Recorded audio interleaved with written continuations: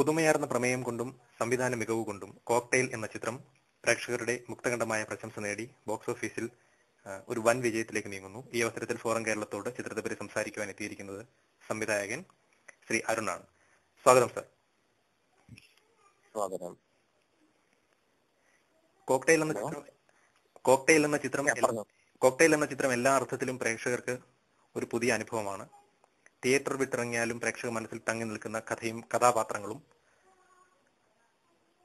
മലയാളത്തിൽ ഒരുപക്ഷെ വളരെ അപൂർവമായി മാത്രം സംഭവിക്കുന്ന ചിത്രങ്ങളുടെ ഗണത്തിൽപ്പെടുത്താവുന്ന ഒരു ചിത്രമാണ് കോക്ടെയിൽ എന്നാണ് വിലയിരുത്തപ്പെടുന്നത്. ഈ ചിത്രത്തിലേക്ക് എങ്ങനെയാണ് താങ്കൾ എത്തപ്പെട്ടത്? ഈ ചിത്രത്തെ പറ്റി പ്രേക്ഷകരോട് താങ്കൾക്ക് എന്താണ് പറയാനുള്ളത്? ആദ്യമായി എനിക്ക് നന്ദി പറയേണ്ടത് പ്രേക്ഷകരോട് തന്നെയാണ്. ഈ ചിത്രം അവർ കണ്ടതിന് ശേഷമുള്ള റെസ്പോൺസ്, അവർക്ക് വളരെ അധികം ഈ ചിത്രം ഇഷ്ടപ്പെടുകയും അതുപോലെ തന്നെ അവർക്ക് ഒരു നല്ല ചിത്രം കണ്ട ഒരു സംതൃപ്തി അവർക്കുണ്ടെന്ന് അറിഞ്ഞതിലും എനിക്ക് വളരെയധികം സന്തോഷമുണ്ട്. കാരണം ഞാൻ ഉദ്ദേശിച്ചത് എനിക്ക് നേടാൻ കഴിഞ്ഞു എന്നുള്ളതാണ് പ്രേക്ഷകരുടെ മനസ്സ്. കാരണം ഈ ചിത്രം എടുക്കുമ്പോഴും അല്ലെങ്കിൽ ഈ ചിത്രത്തിനെ പറ്റി ഈ പ്രീ പ്രൊഡക്ഷൻ സ്റ്റേജിൽ തന്നെ നമ്മൾ സംസാരിക്കുമ്പോഴും ഒറ്റ ഉദ്ദേശം ഉണ്ടായിരുന്നത് ഈ ചിത്രം തിയേറ്ററുകളിലേക്ക് എത്തിക്കുമ്പോൾ അത് പ്രേക്ഷകരെ സ്വീകരിക്കണം, അതിന് വേണ്ട കാര്യങ്ങൾ നമ്മൾ ചെയ്യുക എന്നുള്ളതായിരുന്നു എന്റെ ഫസ്റ്റ് ഡിസിഷൻ. അപ്പം നമ്മളൊരു ചിത്രം ചെയ്യാൻ വേണ്ടി ഒരു ചിത്രം സംവിധാനം ചെയ്യാൻ വേണ്ടിയിട്ട് ഒരു പ്രൊഡ്യൂസറെ കണ്ടെത്തുകയും ഒരു കഥ തട്ടിക്കൂട്ടി അതിന്റെ ഡേറ്റ് എടുക്കുകയും അങ്ങനെ ചെയ്ത് കൊണ്ടെത്തിക്കുന്നതിൽ ഒരു ചിത്രം ചെയ്യുമ്പോൾ അത് ആൾക്കാരിൽ കൃത്യമായി റീച്ച് ചെയ്യണം. അതായിരുന്നു ഏറ്റവും വലിയ എയിം. അപ്പൊ അതിൽ ഒരു പരിധിവരെ എനിക്ക് വിജയിക്കാൻ കഴിഞ്ഞു എന്നാണ് ഇപ്പോൾ ഈ റെസ്പോൺസ് തരുന്ന ഒരു എന്താ പറയുക ഒരു സൂചന.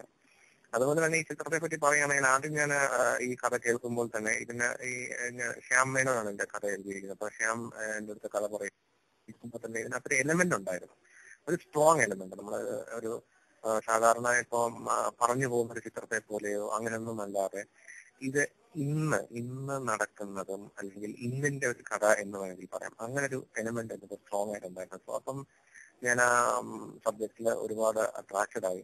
അതുപോലെ തന്നെ അനൂപ് മേനോൻ ഇതില് അഭിനയിച്ചിരിക്കുന്ന ഒരു മെയിൻ ക്യാരക്ടർ അഭിനയിച്ചിരിക്കുന്ന അനൂപ് മേനോൻ തന്നെയാണ് ഇതിന്റെ ഡയലോഗ്സ് എഴുതിയിരിക്കുന്നത്.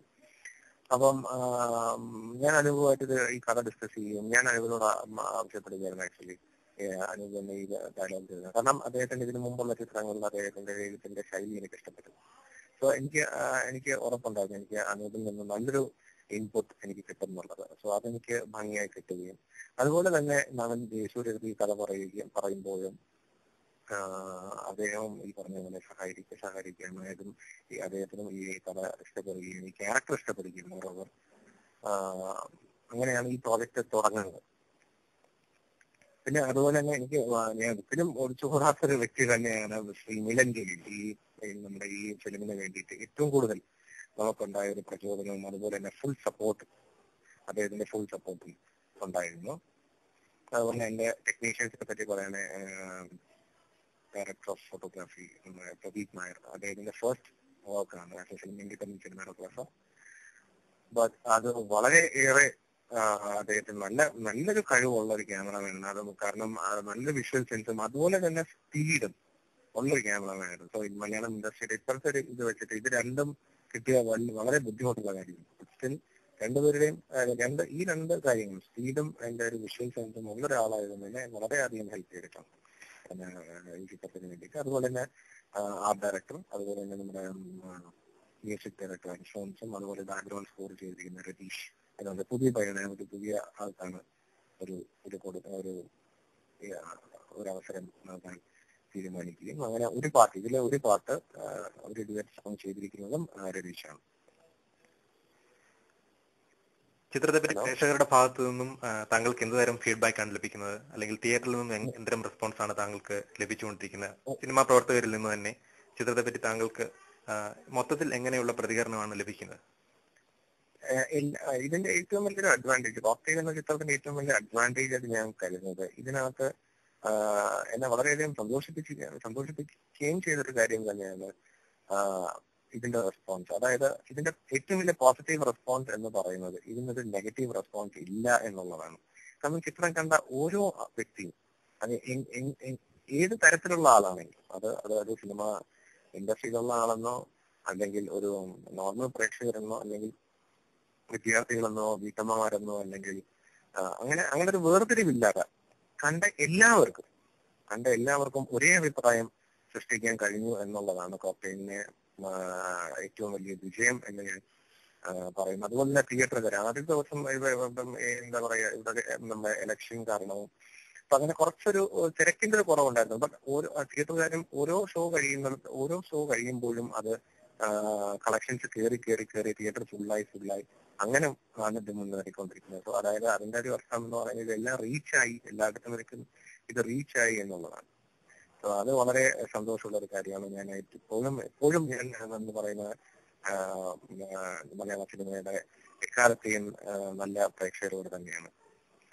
മലർവാടി ആർട്സ് ക്ലബിനും അപൂർവ രാഗത്തിനും ശേഷം ഇപ്പോൾ കോക്ടെയിൽ നല്ല സിനിമകളുടെ ഒരു വസന്തകാലം മലയാള സിനിമയിലേക്ക് മടങ്ങി വരുന്നു എന്നതിന്റെ സൂചനയായി ഈ ചിത്രങ്ങളുടെ ഒരു പ്രേക്ഷക പിന്തുണയെ താങ്കൾ വിലയിരുത്തുന്നുണ്ടോ? ഉറപ്പായിട്ടും. കാരണം എനിക്ക് ഉറപ്പായ ഉള്ളൊരു കാര്യമായിരിക്കും നമ്മൾ ഞാൻ ഈ സിനിമയെ പറ്റി ആലോചിക്കുമ്പോഴും എല്ലാം ഞാൻ വളരെയേറെ എനിക്ക് പ്രതീക്ഷയുള്ളതായിരുന്നു നമ്മുടെ ഇപ്പോഴത്തെ മലയാളം സിനിമ പ്രേക്ഷകർ. ബിക്കോസ് ഞാൻ എപ്പോഴും പറയും, പലരും പല അഭിപ്രായം പറയുമ്പോഴും ഞാൻ പറയുകയായിരുന്നു, അപ്പൊ പ്രേക്ഷകർക്ക് നല്ല സിനിമ കൊടുത്തു കഴിഞ്ഞാൽ അവര് കണ്ടിരിക്കും, തീർച്ചയായിട്ടും അവര് കണ്ടിരിക്കും. കാരണം നമ്മുടെ മലയാളി പ്രേക്ഷകർ എന്ന് പറയുന്നത് അവരെന്നും നല്ല ചിത്രങ്ങൾ കാണാൻ കൊതിക്കുന്ന അല്ലെങ്കിൽ ഇഷ്ടപ്പെടുന്ന ആൾക്കാർ തന്നെയാണ്. ബിക്കോസ് ഞാനും ഒരു പ്രേക്ഷകൻ തന്നെയാണ്. ഞാൻ ഇൻഡസ്ട്രിയിൽ വന്നിട്ടൊരു 10 വർഷമായി. ഞാനൊരു എഡിറ്ററാണ്. ഞാൻ പ്രിയദർശൻ എന്ന സംവിധായകന്റെ ഏകദേശം 20ഓളം ചിത്രങ്ങൾ ഞാൻ എഡിറ്റ് ചെയ്തിട്ടുണ്ട്. ഇപ്പൊ പുറത്തിറങ്ങിയ ആക്രോഷ് എന്ന് പറഞ്ഞ ചിത്രവും ഞാനാണ് എഡിറ്റ് ചെയ്തത്. സോ അതിനുശേഷമാണ് ഞാൻ ഈ കോക്ടെയിലിലേക്ക് ഞാൻ സംവിധാന രംഗത്ത് ഞാൻ കാലെടുത്ത് വയ്ക്കുന്നത്. സോ അപ്പോ എനിക്ക് അന്യമല്ല ഈ ഇൻഡസ്ട്രി എന്ന് പറയുന്നത്. സോ അപ്പൊ ഈ ഇൻഡസ്ട്രി പല പ്രതിസന്ധികളിൽ കൂടുകയും ഒക്കെ ഈ സോക്കോൾ അങ്ങനെ കടന്നു പോകുമ്പോഴും പല അഭിപ്രായങ്ങളും പലയിടത്തും ആൾക്കാർ സിനിമയെ രക്ഷിക്കാനുള്ള ശ്രമവും അതുപോലെ തന്നെ എടുത്തു പറയുന്ന കാര്യമാണ് പല രീതിയിലും ഈ നശിപ്പിക്കാനുള്ള ശ്രമവും നടന്നിട്ടുണ്ട്. രണ്ടും പറയേണ്ടിയിരിക്കും. അതെല്ലാം നടക്കുമ്പോഴും പല തരത്തിലുള്ള കോൺഫ്ലിക്ട് നടക്കുമ്പോഴും പ്രേക്ഷകർ എന്നും വെയിറ്റ് ചെയ്ത് നിന്നിരുന്നു. അല്ലെങ്കിൽ എന്നും പ്രേക്ഷകർ നല്ല ചിത്രത്തോട് തന്നെയാണ് അവർ കാത്തിരുന്നത്, അല്ലെങ്കിൽ അവർക്ക് കാണാൻ ആഗ്രഹിക്കുന്നത് അവർ വ്യക്തമാക്കിയിരുന്നു പല സ്ഥലങ്ങളിൽ. പക്ഷെ അതുപോലെ തന്നെ ഞാൻ പറയുന്നത് ഒരുപാട് യങ് ഫിലിം മേക്കേഴ്സ് ഇപ്പോ നമ്മുടെ ഇൻഡസ്ട്രിയിലുണ്ട്, വരികയാണ്, എക്സിസ്റ്റിംഗ് ആയിട്ടും ഉണ്ട് ഇഷ്ടം പോലെ. അവരെല്ലാം തന്നെ നല്ല ചിത്രങ്ങളുമായി വരണം എന്ന് തന്നെയാണ് എന്റെ ആഗ്രഹം. കാരണം എന്നാൽ മാത്രമേ ഈ ഇൻഡസ്ട്രി, കാരണം ഞാൻ കൂടുതലും ബോളിവുഡ് ഫിലിംസാണ്, ഹിന്ദി ഫിലിംസാണ് ഞാൻ എഡിറ്റ് ചെയ്യുന്നത്. സോ എനിക്കറിയാം ഇപ്പോ മലയാളം സിനിമകളെ കുറിച്ച് അവര് എത്രത്തോളം ബഹുമാനത്തോടെയാണ് അന്ന് സംസാരിച്ചിരിക്കുന്നത്.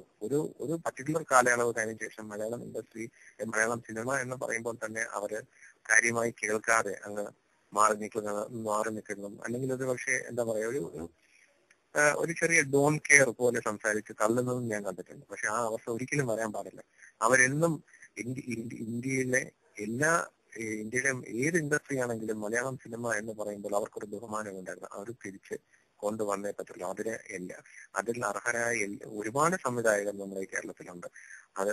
അവരെല്ലാരും തന്നെ നല്ല ചിത്രങ്ങളുമായി മുമ്പോട്ട് വന്ന് അത് വീണ്ടെടുക്കണം എന്നാണ് എന്റെ ഒരു റിക്വസ്റ്റ്. അതിൽ ഉറപ്പാണ്. എല്ലാവരും മനസ്സിലാക്കേണ്ട കാര്യം, നല്ല ചിത്രങ്ങളോട് നമ്മുടെ പ്രേക്ഷകർ എന്നും കൂടെ ഉണ്ടായിരിക്കും.